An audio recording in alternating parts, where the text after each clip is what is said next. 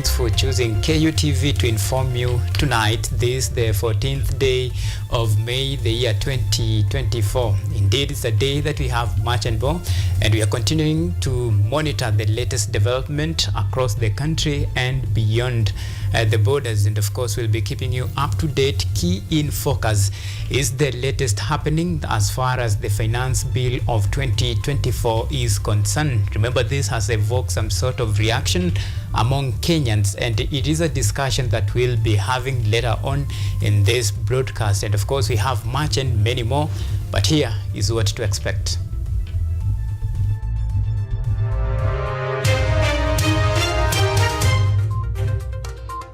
Tonight, learning in schools affected by flood paralyzed as most schools remain shut. No CBA, no work.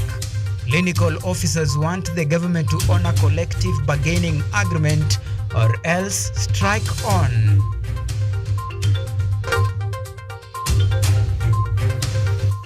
Also tonight, no to corruption.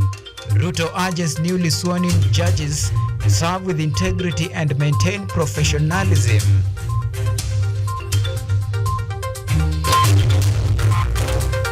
Plus, foreign remittance hits high.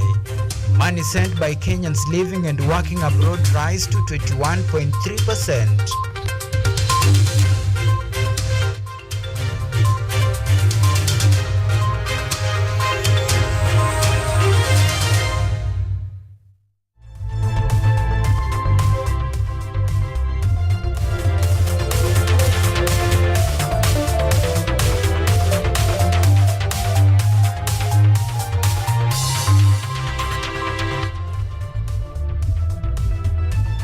This is KUTV Primetime News with Evans Auma.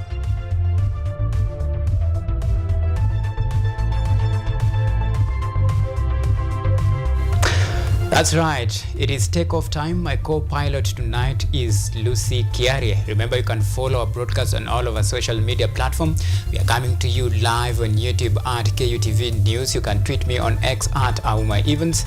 Remember to use the hashtag State of the Nation. So tonight we begin our bulletin with matters education. Our schools continue to reopen for the second term school calendar. Several schools affected by the floods are still grappling with the aftermath of devastating effects of floods that have wreaked havoc across the country. Despite the sorrow state of most schools affected by floods, the government insists schools must reopen. James Baraka opens our bulletin tonight with the report. Just one day after the official school reopening for the second term, a good number of students have reported back to school, as others still expected to report amidst the aftermath of flood witnessed in schools in the country. According to a report issued by the government spokesperson Isaac Mwaura, 44 primary schools and 27 secondary schools have not reopened due to flood-related challenges. Nyeri County has been worst hit, with 12 primary schools and 16 secondary schools failing to reopen due to flooded toilets and classrooms. 5 schools in Kisumu County have also been submerged due to the backflow from Lake Victoria, while 2 primary schools in Pokot are inaccessible as the bridge leading to the institutions have been washed away. Moreover, one school in Nakuru County is hosting internally displaced persons, while a secondary school in Kirinyaga County, which has a sunken toilet, has extended its reopening date to later this week. However, President William Ruto had earlier on issued a directive to schools heads for them to facilitate school reopening and allow students back to school amidst the challenges they are currently facing. Lakini hata kabla uniform haijafika, hawa watoto waendie darasa waendelee kusoma. Shule ya Longewan na shule ya Leswa primary schools. Hizo shule bado sehemu zao zimekuwa marooned na maji, River Molo na River Pekera. Kwa hivyo tumefanya mpango, wanafunzi wataweza kwenda shule mbadala. Nevertheless, learning is yet to resume in schools that were affected by the floods, as cleaning and renovation has to be completed to create a conducive environment for learning. James Baraka, KUTV Nairobi. Thanks, James, for that. Now from schools to healthcare. The Council of Governors has today met with representative of the Kenya Union of Clinical Officers in a bid to dissuade them to end the strike that exceeds a month now. The officers downed their tools early last month, demanding to establish a collective bargaining agreement with the government, one that addresses historical challenges the officers have been facing, including an insurance cushion from occupational hazards. Muneneweru with the details. Days after a truce was agreed upon by doctors and the whole of the nation approach committee that ended the doctors' strike, fresh talks have now been launched to solve a nationwide strike by clinical officers. The officers are agitating for the entrenchment of a formal collective bargaining agreement with the government, a CBA that is the center of contention in the talks. Collective bargaining agreement is not on the table because it does not exist. Recognition agreement is there. We recognize you, and that's why we are seated here. According to the national chairman, Kenya Union of Clinical Officers, Kuko Peterson Wachira, the clinical officers have suffered at work for far too long, and a framework for occupational safety has to be on the table if a return to work formula stands a chance. In Kajiado County, my treasurer for the county contracted a multi-drug resistant TB at work. He had to be admitted in Nairobi Women's Hospital, and we had to contribute because Kajiado County does not have a comprehensive cover to cover him. So these are the pain points, and these are the burdens we carry on our shoulders. Wachira indicated that the union is hell-bent to achieving the CBA that they have been chasing since 2017, and that it is the only way to address historical challenges faced by the clinical officers in their course of duty. Governor Mudhomi, the CBA is on the table because we have been negotiating. We have negotiated 80%.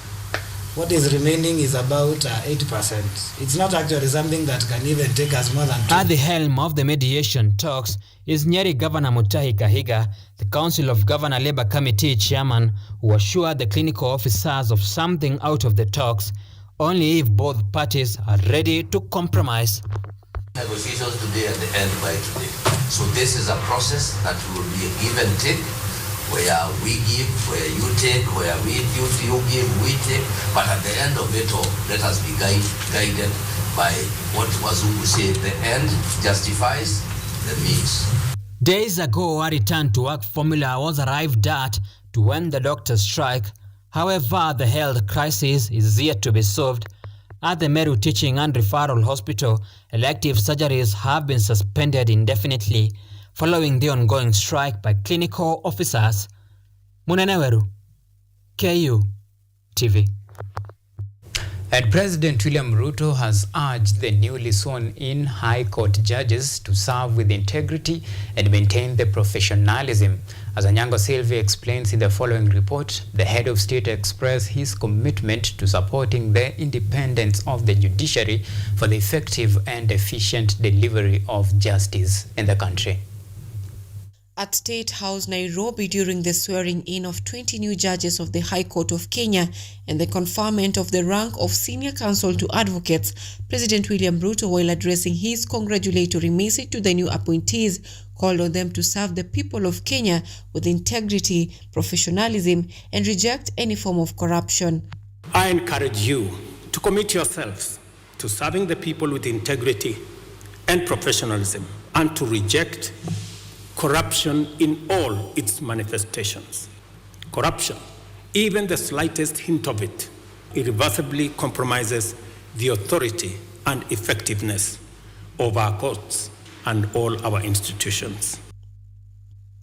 The president has called for a collaborative engagement between the two arms of government in protecting the weak. This, he said, is according to his government's bottom-up economic transformation agenda that acknowledges the critical role of governance institutions.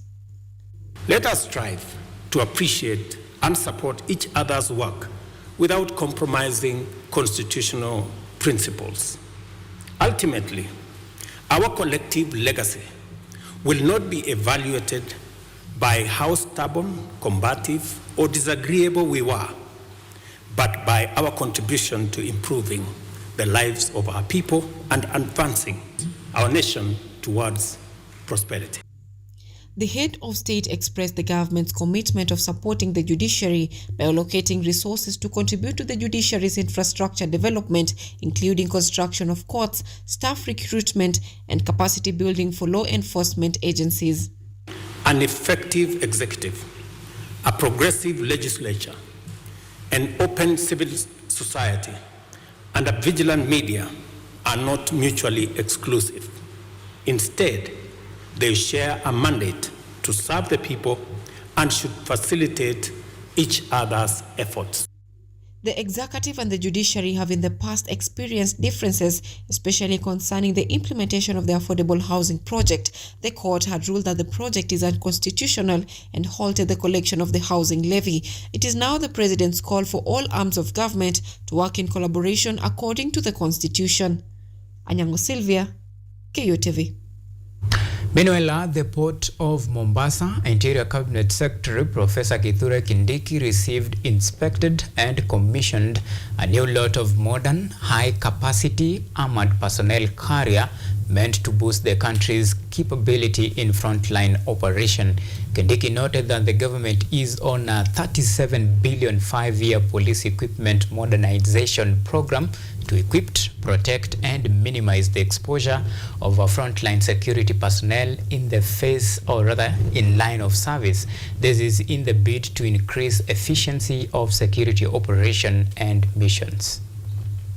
As a country, as a government, and as a people of Kenya, the only way we can show our gratitude to our officers who have dedicated their lives to secure our country in difficult spaces is to invest part of the taxes that we pay to make sure that first, they are safe as they protect us, and number two, they have the equipment and the facilities to be able to neutralize the threats that confront our country. Now, the government of Kenya proposes a 15% tax increase for foreign investors for infrastructure bond, while attracting a 5% tax for domestic investors. Here is more from our business desk by our very own Brenda Nyongesa. In an effort to boost the Kenyan shilling, the government has proposed a 15% interest tax on foreign investors who will subscribe to central banks' infrastructure bonds. According to experts, the initial popular tax-free securities might pose a threat when attracting foreign investors. Despite the impact on foreign investors, the infrastructure bond will attract a 5% tax on interest from local investors. With the recommendations of the International Monetary Fund (IMF), tabling the bill in Parliament will help Kenya increase its revenue through widening net tax for taxpayers. In the meantime, according to Central Bank of Kenya, money sent by Kenyans living and working abroad has grown to 21.3% during the first 4 months to hit 210.4 billion, compared to 170 billion at current exchange rates, uplifted by easing inflationary pressure in developed economies. Latest data from CBK stipulates that Kenyans living in diaspora remitted shillings 52.2 billion in April to add on to the cumulative 157.8 billion sent home during the first quarter of the year, with last month's inflows being the least during the review period. In the wake of efforts to initiate measures to reduce the wage bill, the 2024 Pension Bill seeks to amend the Pension Act to include automatic cost of living adjustment to the pensions earned by all retired public servants. If the Parliament approves the proposed bill, the retired public servants will get automatically pay rise based on the cost of living in pension computation. Edward Nyamo, KUTV. Now, Bitcoin and cryptocurrency is a term not so known by many and surrounded by a cloud of misconception and speculation. However, amid the speculation, an organization known as No One is reaping big out of this little-known digital form of currency, in return helping underserved communities through projects that focus on community mental, physical, environmental, and financial health. Theo Masharia now details. With the cryptocurrency being defined as a new form of digital money that can be transferred between people or computers without any middleman, for example banks, and a large number of people quite speculative about this form of currency, Ray Yusuf, the founder and CEO of Nuance, a cryptocurrency trading company, reveals of the immense fortune lying under this form of currency. It went on and on and on, and I lost my money. Through the Nuance organization, Ray explains how he makes huge profits by trading with the Bitcoin, and out of the proceeds of his trade through Build with Bitcoin Foundation, Ray states that the digital currency has enabled him build over 50 projects, including schools, education centers, water wells, and farming systems that serve over 200,000 people in Africa, Asia, and LATAM, with 95% going directly to local communities. So let me say this. A lot of people think that Africa needs Bitcoin or Africa needs crypto. No, it's Bitcoin and cryptocurrency that need Africa. But this is the place that is putting it to work in the right way.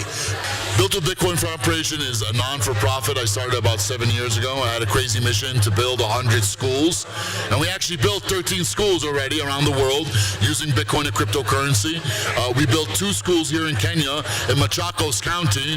And it wasn't just a school for 400 children each. It was also a water distribution center, which is even more important because the eldest African son in a lot of these rural areas spends most of his time fetching water, but now because the water is there, they can all go to school. My dream is to build 100 schools around the world, and I want to have a school for gifted children here in Africa. Ayobami Atolagbe, a crypto coach, sheds light on the importance of using cryptocurrency, his sentiments being echoed by one of the beneficiaries of Nuance. Now, there's a limited number of Bitcoin that will ever be mined, and that is just 21 million. That puts it in the scarcity side of things, meaning we have scarce resources, whereby when more people comes in, the value goes up, right? So it's as simple as that. Now, another part of this, making it from the point of use case, is that you can transfer this money globally. It positions you as a global phenomenon. You can put your business as a global platform whereby people transact and pay you in Bitcoin, and through that you're already a global business, right? Another part, simplified aspect of it is I've seen someone transact over $200 million with just $4 transaction fee, right? So it helps you save profits, all right? It helps you keep some profits to yourselves. And another aspect is the remittance aspect of things, whereby you can send money easily. My whole journey in campus, I never used to rely on my parents for rent, for food, okay, they used to pay the school fees anyway. So I used to pay my rent, for food, for shopping, and I would actually get them shopping. What does that tell you? It tells you that you will make money enough to sustain yourself. As Nuance continues to help communities achieve their goals and improve their lives, the organization further focuses on teaching people about money and giving them practical skills to get that cash. Theo Masharia for KUTV News. It is 18 minutes past the time to take a very short break here on KUTV Primetime News. Remember, plenty more to follow after the break, including our discussion of the day, where we take a look at matters state of the nation, where we talk about matters politics and everything in between. See you in just a bit.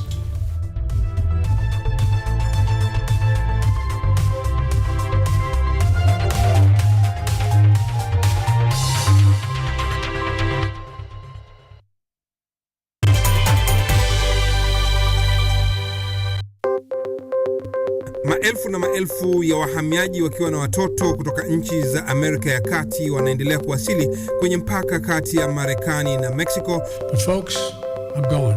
Thank you very, very much. I appreciate it. Thank you. Ni habari kutoka pembe zote duniani. Pepo pasi vuguvugu. Pepo pani idea. Tazidi ananyonya, hanyonyi vizuri, anakuwa hayuko comfortable. Jeshi la Jamhuri ya Kidemokrasia ya Kongo linapambana na waasi wa ADF. Wito kwa mashirika, makampuni na vile vituo vya uchukuzi. Mambo mengi yatakwenda kama yalivyopangwa. Hapa ni kuna mmoja wa viongozi wa chama cha wavuvi katika eneo hili. Zaidi tunajaribu kuwapa chanjo ili ina boost ama inanyanyua kinga ya mwili, hiyo inaenda kupelekea kupambana ni Duniani Leo, Jumatatu mpaka Ijumaa, moja kwa moja kutoka VOA Swahili, Washington DC.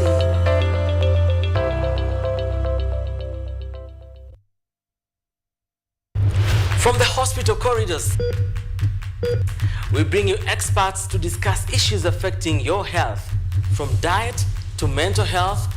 The familiar and the ignored are both put into perspective. We then dive into the environment and look at the effects of climate change and its solutions. Join me, Mutegi K. Martin, every Friday at 9 p.m. as we learn on how to better our health while taking care of our environment. Only on KUTV.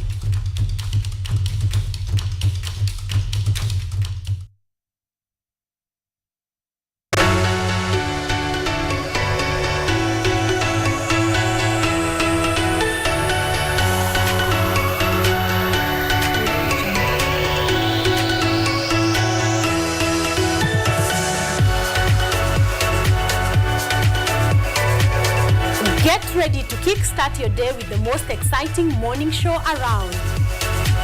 Tune in to our dynamic and entertaining program where we keep you informed, engaged, and entertained from the moment you wake up. From breaking news and current events to music, fun, and out of the ordinary stories, we've got you covered with a mix of interviews, games, and special segments. You never know what's in store. Join us every Monday morning and Tuesday morning for a fun and fascinating way to start your day. Don't miss out on the action. Tune in now and experience the excitement for yourself. Only on KUTV Rise Today from 7 a.m. to 10 a.m. Start your day with us.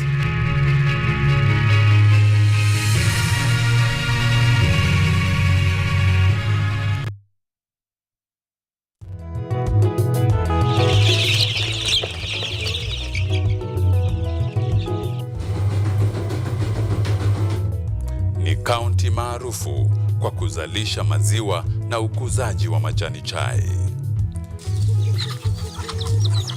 Pia, serikali ya kaunti inawahimiza wakulima kukumbatia mitindo mingine ya kilimo kuzidisha mapato. Kama kuna kikundi moja inafanya biashara ya kuuza kuku, hao pia tumewafadhili kuwafunza jinsi ya kuhandle zile kuku kwa sababu wanaleta kwa wingi.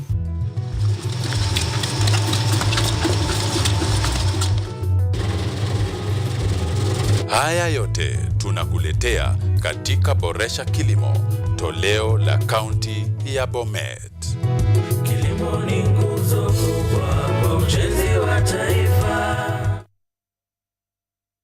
Are you an aspiring media practitioner, a graduate, or you just want to advance your skills in television production? Then welcome to Kenyatta University, where education meets innovation. KUTV, the premier university television station in Kenya, is now offering short courses in TV studio, field technical operations, and video editing.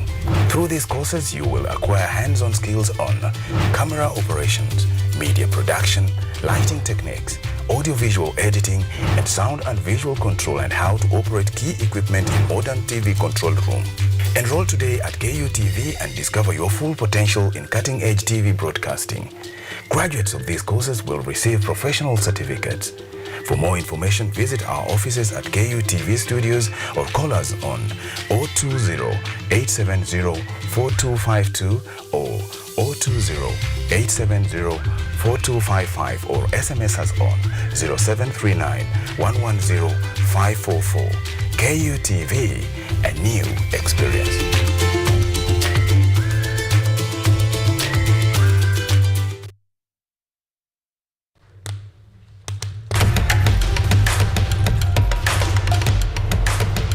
Access to knowledge, solution to unanswered questions.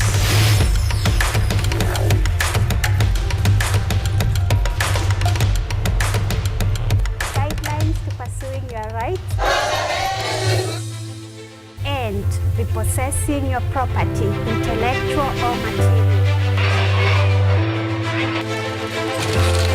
This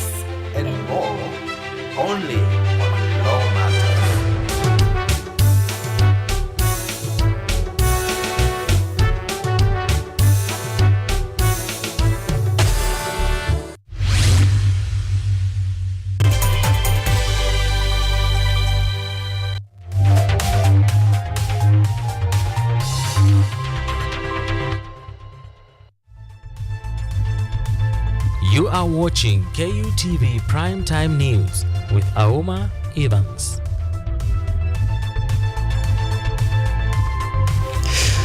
Welcome back. State of the Nation begins right now. Remember, you invite your comment, feedback, and of course can talk to us, and we'll be sure to sample all your feedback at the tail end of this broadcast. And of course, just to bring up to speed with what we are discussing today, we have the new, or rather the proposed finance bill of 2024, and we have some additional figures here. Now, the government proposes to at least raise revenue up to 323 billion in taxes. Now, some of the additional values, or rather taxes that are proposed to be increased, that will be a value-added tax on bread, and that is at 16%. Then we have motor vehicle tax that will be 2.5% paid at the time of insurance of an insurance cover, time of issuance of an insurance cover. Remember that. Then we have 10% excise duty on motorcycle. We have telephone and data up from 15 to 20%.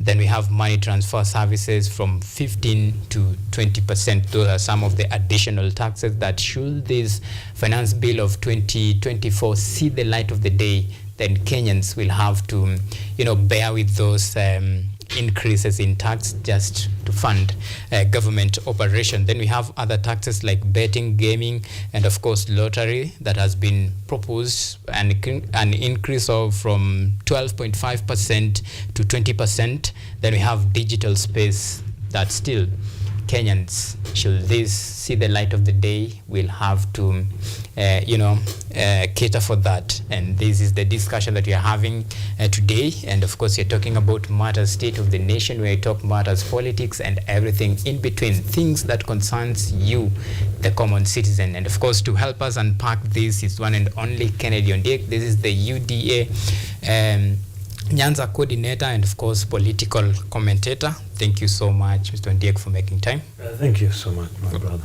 All right. Just straight away and plain and simple, when you look at the proposed finance bill of 2024, it proposes additional 323 billion shillings. And of course, the bone of contention here is the increase in some of basic commodities, like let's say the 16% VAT on bread. Well, to many this goes against the promise that Kenya Kwanza road to power. And of course, it was pretty clear to lower the cost of living. But given the standard that you're seeing, and of course this proposed finance bill of 2024, should it see the light of the day, then this means Kenyans will have to dig a little bit deeper into their pocket. Has the government forgotten the hustler? Yeah, thank you very much. I think what we need to start from is what do we want as a country? All right. And where are we also as a country?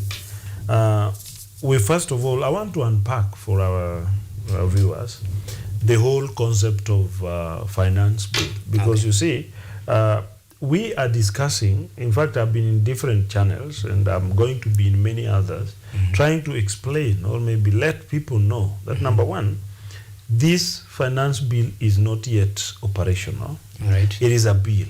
And a bill is a document presented in Parliament for purposes of being debated, being negotiated, being evaluated, being analyzed, and finally being voted. And so being signed into law if it finally passes through a vote of Parliament.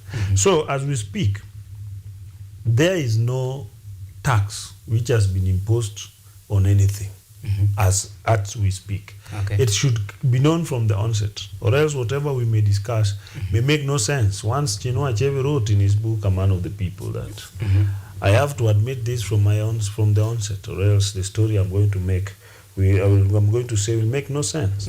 So members of the public and the people must know that this is not law yet. Meaning, I know there are shopkeepers who have already increased the prices of bread as we speak.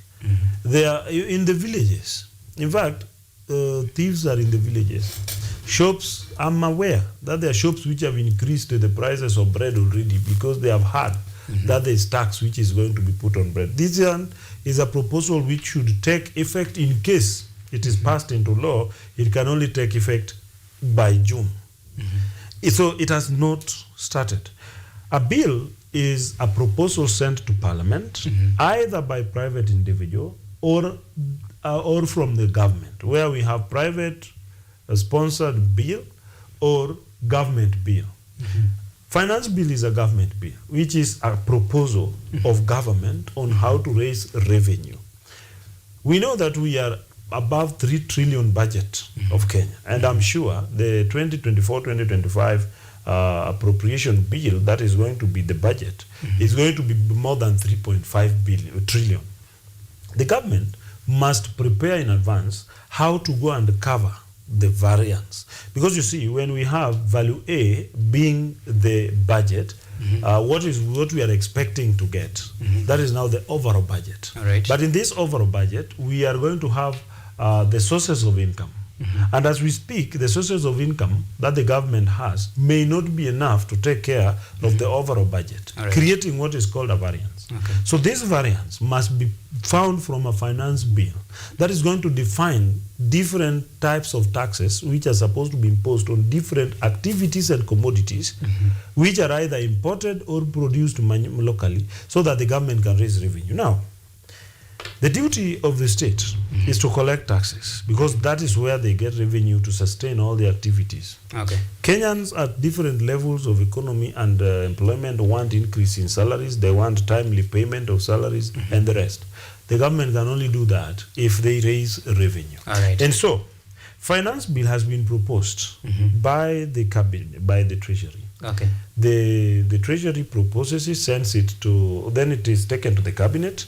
The cabinet will look at it. But what will now affect the people will be the appropriation bill. You know, the finance bill is a way by which the government is going to raise revenue, which includes different things, including taxation. So tax being the cardinal and the biggest source of revenue for the government must make people jittery. Now come to this 323 billion proposed taxation. One, there are things which are not necessary. And if you tax them, the government will not get the revenue needed. If you impose taxes on those commodities which are not in use by many people, you are not going to raise necessary revenue. But also, the government will be cautious enough not to impose taxes on the commodities which are used frequently and by very many people, to the extent that it will disenfranchise or cause a problem to these people who utilize this. I know there are so many proposals in the finance bill, but you people will only point at the bread. You will point at the very few things, and you point at the bread because there are people who want you to look at the bread. As I analyze this, I want to tell you that the taxes which are going to be collected are not going to be as at this finance bill, because this is a proposal from the government. It is being taken to Parliament. The Parliament is going to discuss it, debate it, and they are going to vote it. Members of Parliament are in Parliament. They are supposed to discuss it. So I think this is still a proposal. It's not supposed to cause a lot of tumbojoto in the country for nothing. Fair enough. This is a proposal, that's yes, but you and I know that we live in this country and we have seen what is happening. Well, this is a proposal. It will be subjected to public hearing, and of course, should it be just the way it's supposed to be, key amendment and of course some few adjustment here and there. Fair enough. But my biggest worry, and of course this is a question that I'm posing to you, with this proposal we saw the last finance bill of 2023, the way it was rushed, and some of the proposals that were made by the government pass without even a blink of an eye. Well, my biggest worry, and this is the concern of Kenyans, that this finance bill that is being proposed right now will pass to public hearing and of course scrutiny, something like that. But however, at the end of the day, the government will always have the final say. Don't you think probably this might be the final paper? And of course, in as much as we will be here to debate about how maybe this is not the final, but probably this is what we'll see at the end of it all. I don't think whether it is correct to say that the government will have their final say, because it's true, government will have the final say, simply because I don't know what you mean by government. Well, because in this manner, let me take you back. Let me take you back to the last financial bill of 2023. Are you using the word government to refer to the executive only, or you are using the government to refer to the collective nature of government from the legislature, judiciary? The whole umbrella. Yes. Yeah. Okay. Yeah. Because first of all, it has been proposed by the Treasury. Now it will. This is the first reading, of course. From here, it will move to public participation, where Kenyans will have to put their input. Yes. And of course, they'll make some recommendation, just like we saw the last finance bill. And of course, they were the bone of contention. That is the housing levy, remember? And Kenyans, majority of Kenyans were against this. Despite that, it passed. And today we are talking about another something. So chances are this particular finance bill, the way it is, might see the light of the day, given the tyranny of number, because it will be subjected now to voting. Then why does it, in our Kenyan history. Why does it worry you if it will go to parliament and it will be voted yes? Because that is the concern of many Kenyans. Then are you saying that there's not going to be public participation? It will be there. That is now. But the account will not. Most of the time, the account will not count. See, you have to know the difference between the finance bill of last year and finance bill of this year. All right. First, when the year began, when President William Ruto came in to power for the first time, there was a lot. One, we had a lot of public debt pending, and we had a pending Eurobond, which had to be settled at $1.5 billion. That one was very necessary. And that's the reason why, 1.2 billion, that's why we had to go and take a Eurobond of 1.5 billion. And that one necessitated the government to find the quickest means of raising revenue. Number two, the government came in against a manifesto of Kenya Kwanza government. And William Ruto, in his sense, said that Kenyans are living in bad state. You only saw it when there were floods, when you realize that Kenyans, Kumbe, are living in very terrible situation. That is even when opposition now asked the government to give the affordable housing to those who are staying in those places. It's because what William Ruto saw about where Kenyans stay, they didn't see. They only saw it when now the floods pointed them, and they went to Kibra, they went to Mathari to see for themselves. So when William Ruto said he needed to put a cash base to build these houses, they didn't understand. But I'm very happy that finally they came to vindicate the president when they realized that Kenyans are living in very horrible situation, and actually affordable housing is needed, and that's why they asked the president to give those houses to those who suffered the floods. I can tell you that even this current finance bill, I'm very sure that the president and the government do not be willing to impose tax on bread. It is now duty of Kenyans to go to public participation and let them present memoranda and say that we don't want them, because it is now in public. They are supposed to now say, based on because there are more than 250 amendments which have been proposed. They are now supposed to say, based on this amendment, we propose the following. Based on this amendment, we propose the following. Even the president, initial proposal for housing levy was 3%, if you can remember. But based on public intervention and involvement, it was reduced to 1.5%. But the public did not want the housing. The public, who is the public? The Kenyans, of course. No, what about the Kenyans who are now buying those houses? Well, this is what is on the ground. During the public hearing, majority of Kenyans say that we don't want this housing. Regardless. What was the majority? Kenyans who are giving their views during that public hearing. They give their input, and majority were against the housing. I am saying that if I am here to help you interrogate the finance bill, then you can give me time to interrogate for the Kenyans. You have time. But if you are here to argue with me, then I will say, talk to the Kenyans so that I go away. Because you see, you have called me here so that I shed light. Like I started by saying, finance bill is a document which is processed, prepared, and is being taken to parliament.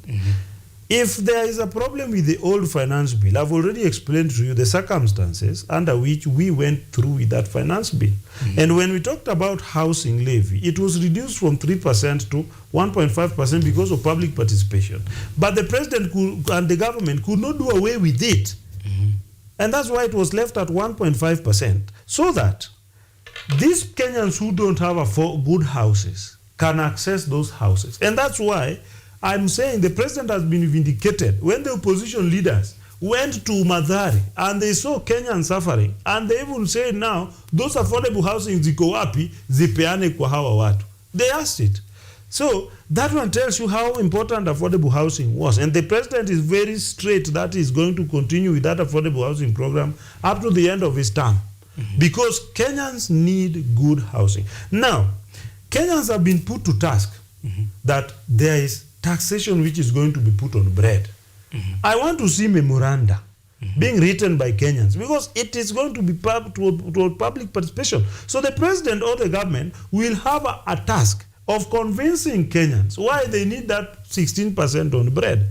That is now why they must go and participate. I always say, I've served in the House, in County Assembly. You realize that now, whenever something is brought to public like this, Kenyans are busy discussing it, they don't want to talk about it. They misunderstand it, they are given wrong information from the opposition, and then they say it is the situation. And personally, I want to tell you that running a government is not easy. And you can only run a government when you have revenue to run that government. All right. If Kenyans are going to find it hard on some particular areas, then they can just talk out during public participation. All right. Fair enough. And to set the record straight, nobody is saying housing is bad, but I'm just arguing about now the aspect of public participation, if indeed their views will actually be heard. That is the point and the bone of contention here, but nobody is saying housing is bad. So that one I want it to be on record. Well, let's switch gears to rather another development that, of course, that is happening, and I'm talking about now the motion that was presented against the impeachment of that is Agriculture CS Mithika Lenturi, and of course things really folded from at least 140 members of parliament giving a nod for at least for this motion to go on until now, the final voting time where the members, that is a house, was split between the Azimio la Umoja and Kenya Kwanza. And many people were asking, or rather the opposition blamed the government for the Kenya Kwanza side for, playing some fishy games, and there were allegations of some members being coerced and even allegations of bribery. Well, I want to take further to borrow your knowledge on this. Do you think maybe politicians are playing politics in matters very serious like fertilizer scandal? Okay, thank you. I think about the fertilizer scandal, it amounts to corruption. We are looking at the scandals are forms of corruption we have had in the country, and we have seen different accusations left, right, and center. But for me, what I always look at is that when Mithika Lenturi is accused, how do we deal with the fact that Mithika Lenturi is a minister, and where does the role of the minister end, and where does the role of officers start? Because as we speak, there are people who have been arrested because of that scandal. There are people who have been arrested at different levels based on the fact that they either admitted wrong fertilizer or they participated in a process of acquiring that very wrong fertilizer. I have always told Kenyans, and I'm going to repeat myself properly here, that corruption doesn't just amount to big fish or small fish. We have to know that the minister does not sign any tender. He does not propose any budget. He does not propose any process of acquiring a particular service or a particular commodity. What happens? I always say that when we want to look at corruption, and Kenyans, if we want to talk about corruption and fight corruption, we must deal with the corruption from where it begins. Where does it begin? There's no scandal in this country which will take place without the procurement officer. Who is the procurement officer? Who started, who is the engineer, or who generated the bills of quantities? And what is required of that particular commodity? Therefore, when we say Mithika Linturi is supposed to go home, we must first of all know, did Mithika Linturi participate knowingly or unknowingly, or did he do anything or omit anything leading to a reason for us to suspect or otherwise believe that he took part in that particular corruption? Last time, when he was being charged in Parliament and he was being interviewed, he was being cross-examined, his lawyer asked the Honorable Wamboka, or what, who he was called Honorable what? The one who sponsored the bill. He was asked, are you aware that some people have been arrested? He said, those are small fish. Yeah. This small fish, he who has been arrested is the one who signed procurement. He is the one who sat on a tender committee. He is the one who even sat in a tender evaluation team, which finally awarded the tender. Minister doesn't sit there. Minister doesn't award a tender. Minister doesn't sign anything. Minister is not even the AIE holder of that ministry. Right. How do you expect the minister, who is not an IE holder, to go home for a mistake committed by a person who is not himself? That is one. That is why Militoka could go nowhere. No corruption. No one has been coerced.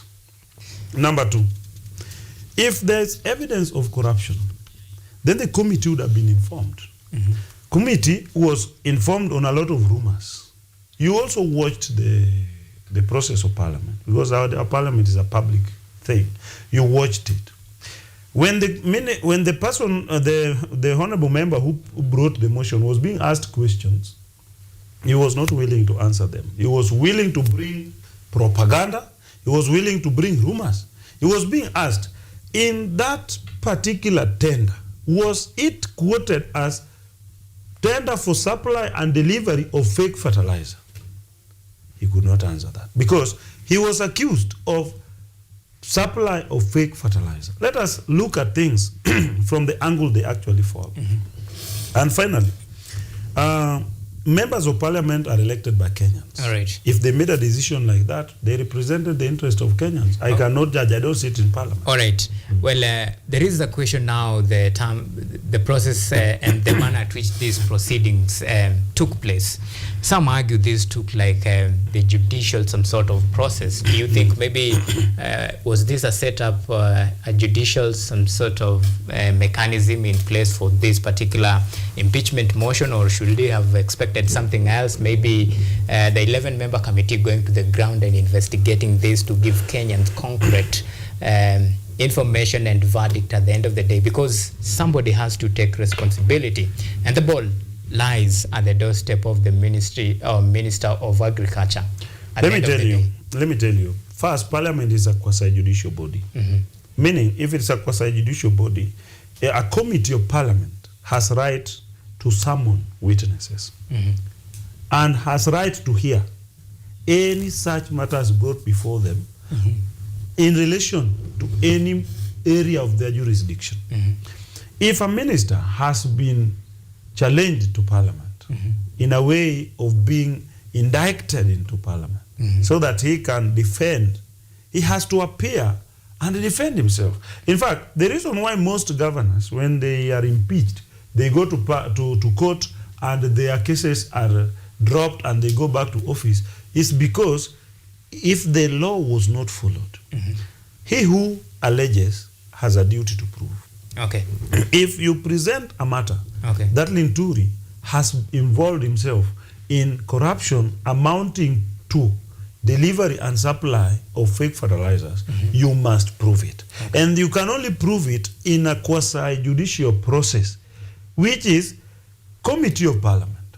Then this committee makes its report to Parliament. The Parliament has a duty to debate it or pass it as recommended. Okay. The recommendations which were there were to the effect that after they listened to everything, they took back the matter to the whole House so that the whole House can decide. Personally, I can tell you that Linturi was only being accused because he is a minister in charge of that ministry. All right. But I want to tell Kenyans, those who are causing corruption in this country are not ministers. Okay. Because if you are a procurement officer and the minister is forcing you or telling you to do something which is against the law, why don't you refuse? Okay. I want Kenyans to wake up and say, fine, the minister told me to sign this, but I said I could not sign it. We want to see him fired because the minister forced him. Let us respect the fact that our minister is a Kenyan, procurement officer is a Kenyan, supply chain manager is a Kenyan, the storekeeper is a Kenyan. Fair enough. Whoever received this fake fertilizer is a Kenyan. Fair enough. If they are arrested, let the law take the course. All right. Well, there is another very troubling some sort of, proceeding, the drawn-out nature of the proceeding, and of course the manner at which this particular impeachment motion took place. Remember, it was now brought down to party line. We have the Azimio versus Kenya Kwanza. Well, if you follow keenly, a matter of national interest like this one that involves, some sort of, national security, because food is one of the key pillars of Kenya Kwanza government. And we are talking about fertilizers who are actually given fake fertilizers. And these are farmers who demand answers. When you see the nature at which this particular proceeding was taking place, it now boiled down to Kenya Kwanza versus Azimio affair. Don't you think maybe you can read some sort of malice in this? Basically, there was malice from the word go by accusing a wrong person. You see, when you take the minister to be charged in parliament for what he doesn't procure, for where there's someone who should take responsibility. At the same time, police have already arrested people. Then you carry this matter to parliament so that you charge a minister who has been given a duty by the president on what you also know very well that he doesn't procure. These people, all these members of parliament, know the process of procurement. The minister, actually, as I said it, doesn't sit in any procurement committee. The minister doesn't even write an advertisement. So when it comes to the house, parliament is obviously divided into two houses. There's no day parliament will ever be one house. Okay. And that is no parliament. And that so if the matter has been brought by opposition in a manner likely to impact negatively on the performance, on the honor and respect people should have for the executive, the members of majority must come to the rescue of and that. Even as we wind up this discussion, well, we have cases that involve high-profile officials in the government. And of course, those cases most of these fail. cases, they fail. And that is the problem, because as a lawyer, where is the accountability I will tell process, you. and what is happening? Why? I wish you give me good time to explain that, so that Kenyans can know why the people they call big fish always get away with it. Simply because, one, in crime, and this one we are talking about corruption, that's a crime. In crime, we look at two things. We look at the guilty action, the wrong act of taking the public resource or misusing the office. And then there's guilty mind. That is mens rea. We must check, did this person intend to act in a manner likely to break this particular law or to go against a particular prohibition which has been put. So, the reason why these big cases will automatically fail is because, number one, if you take Linturi to court, for example, that he was involved in the procurement and delivery and distribution of fake fertilizer, the first question which will be checked is, was he part of the team or did he participate in any way in any action that is similar or can be equated to distribution or supply or procurement? They will look at procurement. Who does procurement? The minister doesn't do procurement. They look at who does distribution. The minister doesn't do distribution. They will also look at who does receiving. The minister does receive anything. So the next thing they will ask, then how did he participate in this? You will find the court will be left there with no any evidence as to that action. Then he will be released. Then you will say courts have been corrupt. The thing is, those small fish you call small fish are the ones who are corrupt, because they are the ones who do this action, and then they want minister to take responsibility when the court goes to check the responsibility of the minister, it's very different. It's not involved. So Kenyans, if I am to conclude on this matter, as you say, time is up, it's okay. Yeah. But I'm saying, for Kenyans to know where we will help us, is number one, the small fish of Kenya must act and say no to corruption. And if they say no to corruption, then it means all our procurement officers in this country will come and say, we are not going to sign anything. We are not going to award a tender to anybody we are told to give it. We are not going to award any tender if we are sure in evaluation that that tender did not pass. We are not going to take any bribe because these procurement officers are very corrupt. In fact, let it go on record. Procurement officers are billionaires in this country. They are so corrupt. All right. And you see, somebody is employed when he's 28 years.